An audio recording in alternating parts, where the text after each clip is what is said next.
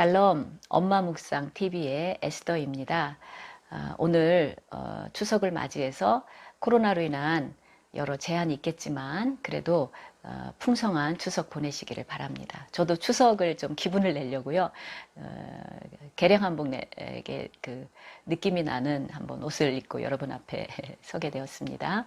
오늘은 자녀를 하루에 한 번 축복하는 중요성에 대해서 생각을 해보겠습니다. 그 전에 한번 말씀을 먼저 생각해 보죠. 민수기 22장에서 24장까지는 그 발람이 이스라엘 백성들을 어쩔 수 없이 축복한 그런 내용이 나옵니다. 이스라엘 백성들이 40년 동안 광야 훈련을 이제 받다가 거의 끝부분의 시점이었습니다. 하나님께서 함께 하시니까 이스라엘 백성들이 참 막강해서 주변의 왕들이 굉장히 두려워했습니다. 모압 왕 발락도 예외는 아니었죠. 자기가 군사적으로 이스라엘 백성들을 이길 수 없다는 것을 깨닫게 된 모압 왕은 당시에 잘 나가는 정말 능력 있는 이방인 선지자 발람을 소환합니다. 이스라엘 백성들을 이 발람을 통해서 저주하게 만들려고 했던 거죠. 당시 발람은 참 그 신비한 사람 중에 하나인데요. 성경에서 이 발람이 하는 말대로 되는 거예요. 이거를 안 발락이 발람을 통해서 이스라엘 백성을 저주하려고 온갖 행동을 다 했지만 발람은 이스라엘 백성들을 저주하기는커녕 축복을 할 수밖에 없었습니다. 그러자 모압 왕 발락이 정말 어쩔 줄 몰라면서 화를 내죠. 자, 발람이 왜 이렇게 이스라엘 백성을 축복할 수밖에 없는가, 이거를 생각해 보려면요, 우리가 창세기 12장 3절로 거슬러 올라갈 필요가 있겠습니다. 한번 같이 한번 보시죠. 너를 축복하는 자에게는 내가 복을 내리고 너를 저주하는 자에게는 내가 저주하리니 땅의 모든 족속이 너로 말미암아 복을 얻을 것이라 하신지라. 그러니까 아브라함의 자손은요, 축복을 받을 수밖에 없도록 하나님 앞에 부름 받았고요.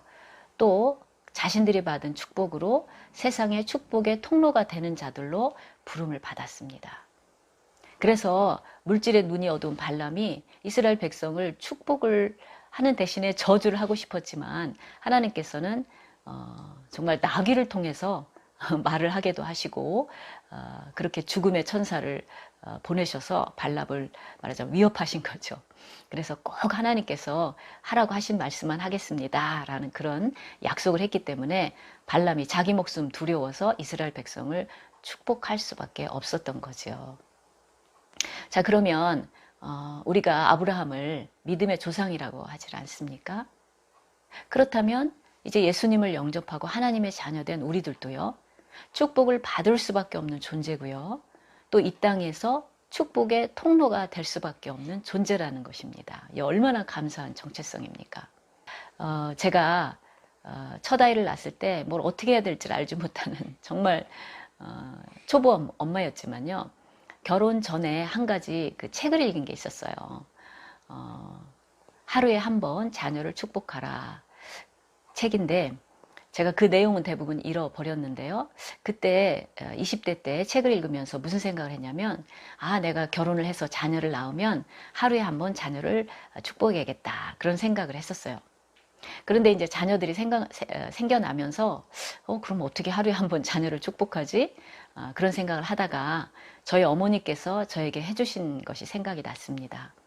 저희 어머니는 날마다는 아닌데요, 특별히 제가 시험을 치를 때는 현관에서 제 머리에 손을 얹고 간절히 기도를 해주셨었어요.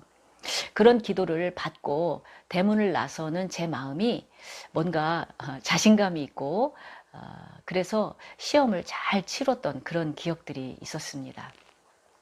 그래서 특히 저는 공부를 한다고 자녀들을 위해서 시간을 내주질 못했어요. 유치원 때는 뭐 어쩔 수 없이 가야 되니까 갔지만 초중고 때는 정말 졸업식 외에는 학교를 잘 못 갔습니다. 임원을 한다고 해도 미안하지만 엄마는 학교 못 가. 그거를 전제로 임원을 해도 좋다고 뭐 그런 식으로 이야기를 했습니다. 그럼에도 불구하고 새 아이들이 영육간에 잘 자라준 것을 생각하면 뭐 종합적으로 하나님의 은혜인데 그 중에 하루에 한 번 이렇게 아이들을 축복한 게 아닌가 싶습니다. 아침에 나갈 때 남편이 있을 때는 거의 남편이 한 1분이 안 되더라도 기도를 해주고, 또 남편이 없을 때는 제가 아이들에게 꼭 기도를 해주었습니다. 그럴 때 정말 다른 엄마들에 비해서 어떻게 보면 정말 함량 비달 엄마인데 우리 아이들이 이렇게 잘 자라준 걸 생각해 볼 때 바로 이 하루에 한 번 자녀를 축복한 것이 하나의 원인이 아닐까, 그런 생각도 사실은 하고 있는 것입니다. 여러분, 며칠 전에 말의 힘에 대해서 우리가 양파 실험했던 것 영상 보신 분들은 아실 겁니다.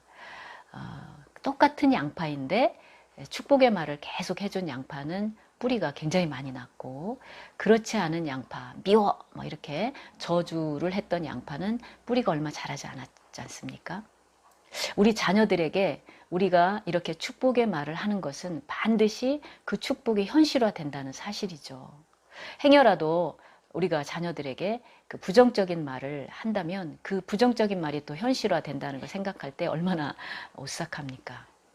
그래서 우리가 자녀들에게, 물론 부부 사이도 마찬가지고요, 가족 사이에서 이 참 축복의 말을 해주는 게 참 중요한 것 같습니다. 제가 20대 때 대학생 선교단체에서 전임 간사로 대학생들을 말씀으로 섬겼던 그런 시간들이 있습니다. 지금도 기억나는 한 가지 그 일이 있는데요. 이제 학생들이 공부를 마치고 저녁에 이제 간사인 저와 성경 공부를 이제 하곤 했죠. 근데 여대생들의 이제 모임 중에 자매 하나가 정말 말이 없고 참 착한 자매가 있었어요. 근데 이제 성경 공부를 하다가 어렵게 자기 이야기를 꺼냅니다. 너는 참 착하고 공부도 잘하고 하는데 왜 이렇게 쑥스러움이 많냐 그랬더니 제가 착한 게 아니에요. 그러면서 자기 형제들이 많았고 자기가 막내인데 형제들이 자기가 이쁘다는 그런 그 표현으로 못나니 못나니, 어렸을 때부터 자기를 못나니 못나니 그렇게 불렀대요. 그러면서 자기가 이제 성장을 하는 과정에서 자기도 모르게 자기 정체성이 못난이가 됐다는 거예요. 그래서 못난이로서의 어떤 자신감도 없고 자존감도 낮아졌기 때문에 뭘 어떻게 할지를 몰라서 자기가 입을 다물고 있었기 때문에 사람들이 자기를 착한 사람이라고 봤지 사실 자기는 착한 사람이 아니라는 그런 이야기를 했었어요. 아무리 의도는 좋아도 그 참 축복의 말이 아닌 좀 부정적인 말을 하는 것은 참 우리가 조심해야 될 것 같습니다. 우리가 자녀를 사랑해서 날마다 기도를 한다 할지라도요, 그 사랑한다는 거 또는 축복한다는 말을 자녀들 귀에 들리도록 하지 않으면 그것은 많은 차이가 있는 것 같습니다. 사랑은 표현하지 않으면 사랑이 없는 것과 같다, 그런 말이 있지 않습니까? 그래서 우리 아이들이 또 엄마 아빠가 되었을 때 또 이러한 우리들의 영적 유산을 가지고 자기 자녀들을 이렇게 하루에 한 번씩 축복하고 할 때 참 귀한 일이 아닌가 생각이 듭니다. 오늘도 하나님께서 또 여러분과 저를 그분의 은혜로 축복받을 수밖에 없는 자로, 또 축복의 통로로 부르셨다는 것을 함께 생각하면서 오늘 하루도 승리하는 시간이 되기를 주님의 이름으로 축복드립니다. 감사합니다.